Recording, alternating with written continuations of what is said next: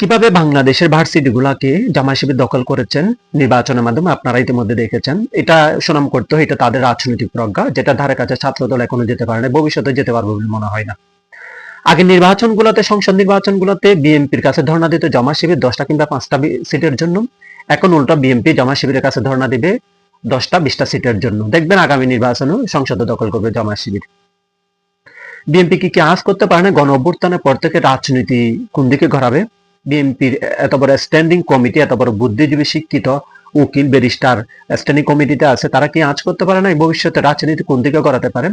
তাদের উচিত ছিল আলী রিয়াজ কমিশনের মাধ্যমে কোনো বৈঠকে অংশ না নেওয়া। তাদের তখন থেকে মার কাট ধর ধর একটা ভাব থাকতো। এতদিনে দেখতেন আপনারা নির্বাচন হয়ে নির্বাচিত সরকারের দেশ গঠন করত।